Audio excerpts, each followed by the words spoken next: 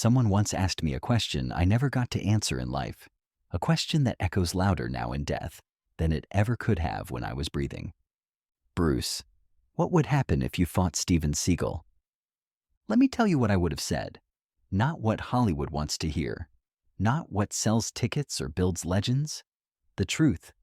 The kind that makes you uncomfortable because it forces you to look at what's real versus what's performed. I'm sitting in my office in Bel Air, scripts scattered across my desk. My back still aches from the injury that almost ended everything.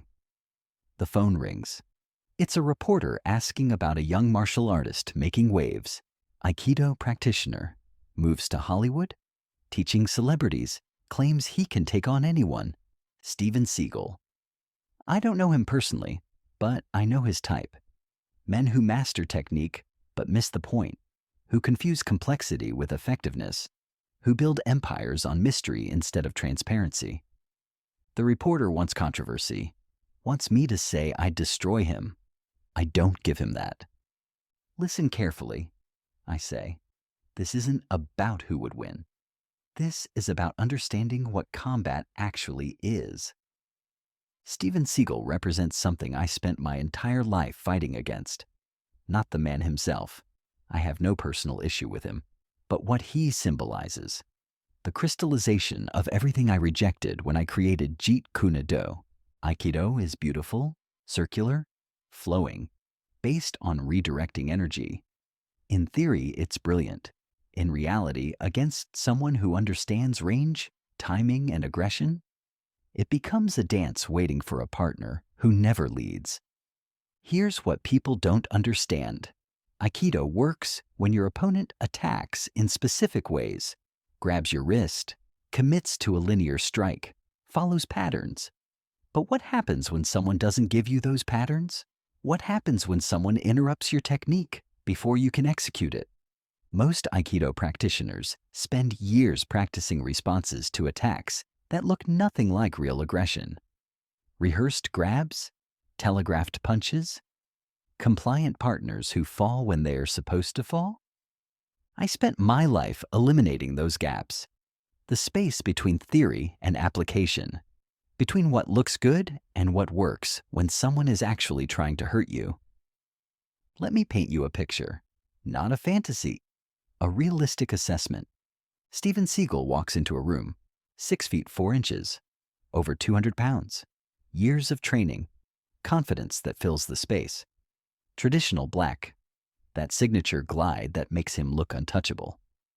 I walk in, 5 feet 7 inches, 135 pounds, smaller, quieter, no dramatic entrance, just presence without performance.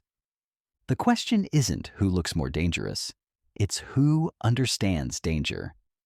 If we fought, really fought, no cameras, no choreography, no rules, it would come down to one thing. Who adapts faster? Steven's trained for years to respond to specific attacks, wrist grabs, overhead strikes, committed punches. His muscle memory is built around those scenarios, beautiful responses to predictable problems. But I don't give him predictable. I give him chaos, organized chaos. Here's what actually happens. Beat 1. I move first. My lead hand, not a punch, a touch, disrupts his center line. No wind-up, no telegraph, just instant contact that breaks his structure before he can respond. His Aikido training tells him to redirect, to blend, but there's nothing to redirect yet. Just a touch, a feint, a probe. Beat 2, he reaches. Natural response. Aikido reflex, trying to establish grip. My hand isn't there anymore. It's moved into a new angle, a new threat. And while his hands are searching for what was, my foot has already launched. Low, fast, scientific. Into his lead leg. Not the shin. The nerve cluster in his thigh. The spot that shuts down mobility regardless of size. Beat 3. His leg buckles. Not from pain, from neurological disruption. The signal from brain to muscle interrupted by precise trauma. He doesn't fall, he's too skilled, but his movement changes. Hesitation enters his system. doubt. And in combat, doubt is a crack in armor. The fight is already over, not because he's beaten, because he's trapped in a system that didn't prepare him for this.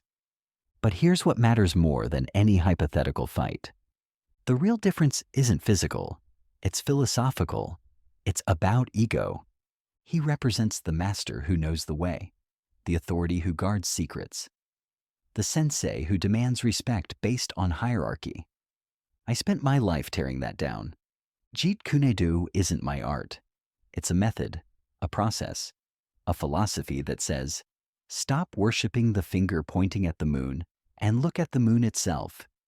The style of no style means rejecting the idea that any system has all the answers. It means being willing to throw away what doesn't work, even if you spent years mastering it, even if it makes you look good. That's where Stephen and I diverge completely. He built an empire on mystique, on being the guy who knows more than you, who's too deadly to fully demonstrate, who holds back because showing everything would be dangerous. I built my reputation on transparency, on proving it works by doing it at full speed against skeptics, on teaching anyone willing to learn, regardless of style or tradition. One approach protects ego, the other serves truth. Let me tell you something about movie fighting. I know it intimately. When you watch Steven Seagal in a movie, you're watching art, beautiful art, controlled violence that looks devastating. But here's what the camera doesn't show: cooperation. Every throw requires the person being thrown to jump at the right moment. Every wrist lock requires them to follow the pressure. Every devastating finish requires them to sell it by falling correctly. That's not criticism, that's filmmaking. I do the same thing, but somewhere along the line, some martial artists started believing their own movies, started thinking choreographed dominance equals real capability, started confusing performance with combat. I never made that mistake. When I fought in Long Beach, when I demonstrated the 1-inch punch, when I sparred with Chuck Norris or worked with Kareem Abdul-Jabbar, I didn't ask them to cooperate. I asked them to resist. That's the only way you know if something works. The question I'd ask Stephen, not as a challenge but as genuine inquiry, is this: when was the last time you tested your art against full resistance from someone who trains differently than you? Because if the answer is never, or rarely, or only with your own students, then you're not testing combat effectiveness. You're rehearsing theater. And don't confuse it with the real thing. So, let me answer the original question directly. If Steven Seagal and I fought, what would happen? Honestly, I don't know. And anyone who claims certainty is lying. He's bigger, stronger, longer reach. If he got his hands on me in an Aikido grip, he could control me. Size matters. Anyone who says it doesn't has never fought someone significantly larger and skilled, but I'm faster, more adaptable, trained for chaos. And most importantly, I've tested my art against people who wanted to prove me wrong. My guess? I'd target his mobility first. Low kicks, obliques, knees. Make him work. Make him chase. I'd stay at ranges where his grips don't work. Too close for him to wind up.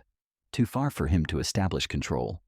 I'd attack targets he's never trained to defend. Throat, eyes, groin. The targets that end fights regardless of rank. And most importantly, I'd make him abandon his system, force him to improvise. Because the moment someone has to abandon their system and rely on instinct, the person with broader experience usually wins. But could he catch me? Could one grip change everything? Could his size overcome my speed? Absolutely. That's combat. That's why certainty is arrogance. The difference between Steven Seagal and me isn't technique, it's approach. He represents mastery within boundaries, perfection within a defined system, authority that says, this is the way. I represent questioning, evolution, the refusal to accept that any answer is final. When you crystallize your art, when you say, this is complete, you stop adapting. You become a museum piece, beautiful, respected, but static. When you treat your art as a process, when you say, "This is what I understand today," you remain alive, flexible, capable of change. That's why I called my art Jeet Kune Do. Not because interception is everything, because the concept itself is incomplete. It points toward truth, but doesn't claim to be the truth. The moment I named it, I wanted people to go beyond it. Stephen's approach, and the approach of many traditional martial artists, treats their art as the destination, the perfected thing, the complete system. And that's where we fundamentally disagree. If Steven Seagal were here right now, you know what I'd actually want to do? Not fight him. Train with him. Seriously. I'd want to understand what he understands. I'd want to feel Aikido from the inside. The real thing. The principles that work. And I'd want him to experience Jeet Kune Do. Not as a challenge, as an exchange. To see if we could find truth in the space between our methods. Because the real enemy isn't other martial artists. It's ego. It's the voice that says, "My way is the only way." It's the refusal to learn because learning means admitting you don't know everything. That's the real fight. Not against other people. Against your own limitations. Against the comfort of mastery. Against the temptation to stop evolving. So here's what I want you to ask yourself. Not who would win in a fight. That's entertainment. That's ego. Ask this instead. Am I building a system that serves me? Or am I serving a system that limits me? Are you crystallized? Set in your ways? Defending what you already know instead of seeking what you don't? Or are you water, flowing, adapting, willing to crash against rocks and reform in new shapes? The martial art doesn't matter. Aikido, Jeet Kune Do, boxing, jiu-jitsu. The name on the door is irrelevant. What matters is your relationship to truth, your willingness to be wrong, your courage to throw away what doesn't work even when everyone tells you it should. Steven Seagal mastered his art. I respect that, the discipline it takes, the years invested, but I refuse to master mine. I refuse to let it become fixed. I wanted it to remain alive, questioning, growing. And when I died at 32, my art was still incomplete, still evolving, still asking questions. That's exactly how I wanted it. If we fought, someone would probably win. Maybe me, maybe him. Maybe we'd both learn something.